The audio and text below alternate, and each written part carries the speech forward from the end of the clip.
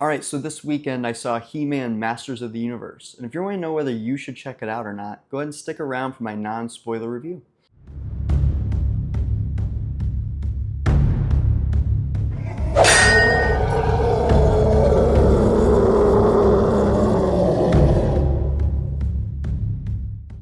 All right, so first things first about He-Man. This is a comedy movie first. So if you go into it expecting anything other than comedy first as the number one genre, you'll be a little caught off guard or disappointed. I found that He-Man is a really good character in the movie. I really enjoy his portrayal of it. He is very goofy and comedic, as is all the characters in the movie. All right, there's not really a single character that takes himself seriously at any point. And so you're going to have lots of laughs when it comes to the different characters you see in the movie. He-Man, Skeletor, the different kind of henchmen, really, Man of Arms. These guys are all very comedic based first, before any other aspect of their character comes through. Now, with the comedy aspect of the movie, there is a bit of an issue. The issue is, because of its heavy lean into comedy, you're not, pretty much any serious moment in the movie is taken away, or less serious, loses its momentum because of the comedy. All right, so when you watch this movie, there'll be several times that different characters try to be a little bit more serious, have more emotional or serious conversations. In this movie, you're going to find that those scenes tend to lose their momentum by a joke. Right? Most of the time, there's going to be some type of joke that comes in. Sometimes it hits, sometimes it doesn't, and it will interrupt that emotional moment. Right? So there's not really any moments I can look at or think of that were really enjoyable on the emotional side. Now, as far as the comedy itself, because it leans so heavy into the comedy, it is, for the most part, a pretty funny movie. There are definitely jokes that don't hit. It's not a perfect comedic movie, definitely not a perfect comedy action. If you look at Thor Ragnarok, that movie balances the action and the comedy and the serious emotional moments to make kind of a perfect blend. This movie is pretty much mostly the comedy and action part, and I wouldn't say it balances with any other category at all. Obviously, if you've watched the trailers, we see that He-Man is on Earth.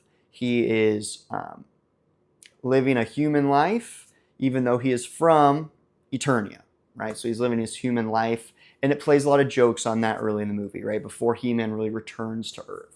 Makes fun of HR, that's where he's working, and a lot of that is good laughs. Making fun of the whole idea of like HR pushing the self-help and things like that. It really leans into that for the comedy relief. Now, the action itself, I think this is probably the two best things about this movie. One is the soundtrack. Really good, fits the vibe of He-Man, didn't feel out of place 1 second. On top of that, the action is really sweet.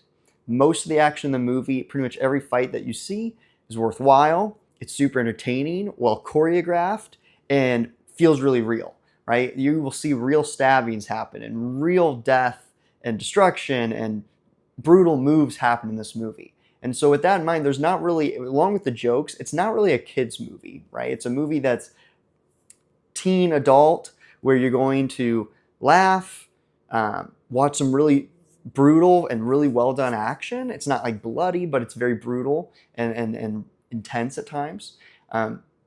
And with this movie as well, right, kind of jumping around, because it's such a comedy movie, because it's a movie that focuses on making jokes pretty much every scene constantly, you will not have there's not a super deep story that occurs, right? This is He-Man's, or Prince Adam's becoming He-Man, and he becomes He-Man and fights Skeletor, and life goes on.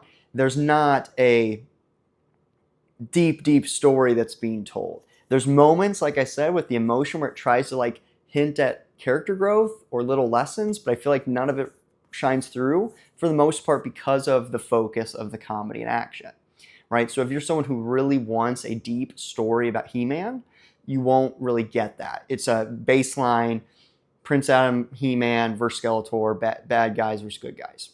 And that's okay, right? This is still a really entertaining and fun movie, even if it doesn't have the deepest story you've ever seen before.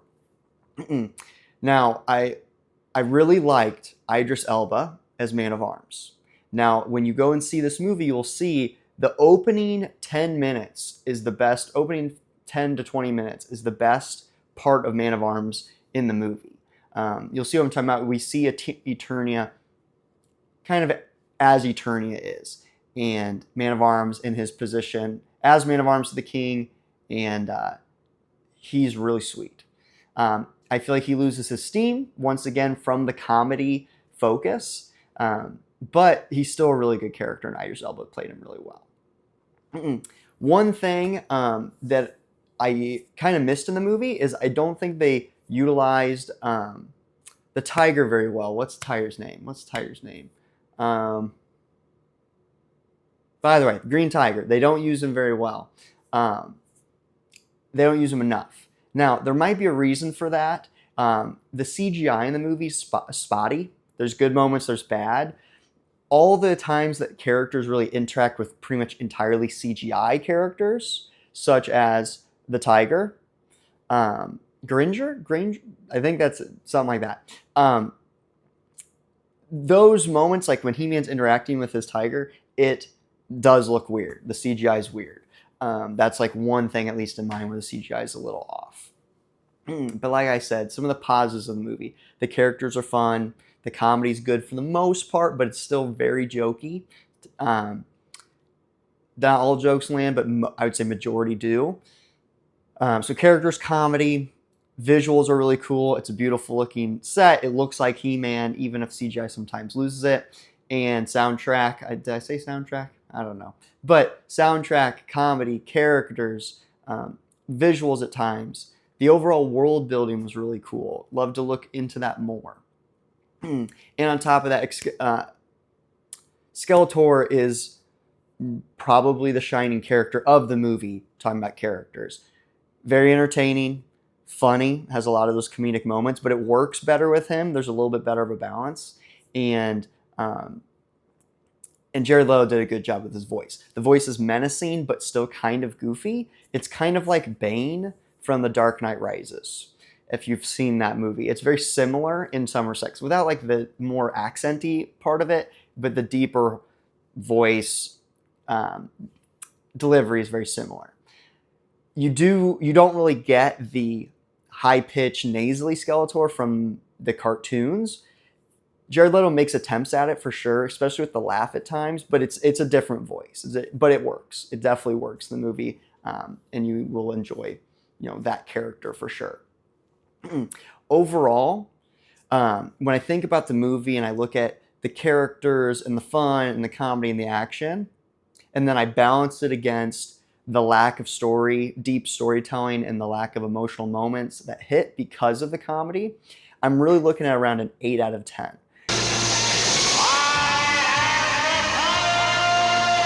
So absolutely above average. Probably worth a watch in theaters if it's something that has interested you. If it's something that doesn't really appeal to you just looking at the trailer, then don't go out and see it. But if it's something that looks interesting, you should check it out. Like I said, action comedy. It is a comedy number 1, action number 2. Everything else goes by the wayside. So like I said, 8 out of 10. Go check it out if it interests you. You'll enjoy it. You'll enjoy the characters. You'll enjoy the action. And it's a good, fun summer comedy action movie. So that's my thoughts on He-Man Masters of the Universe.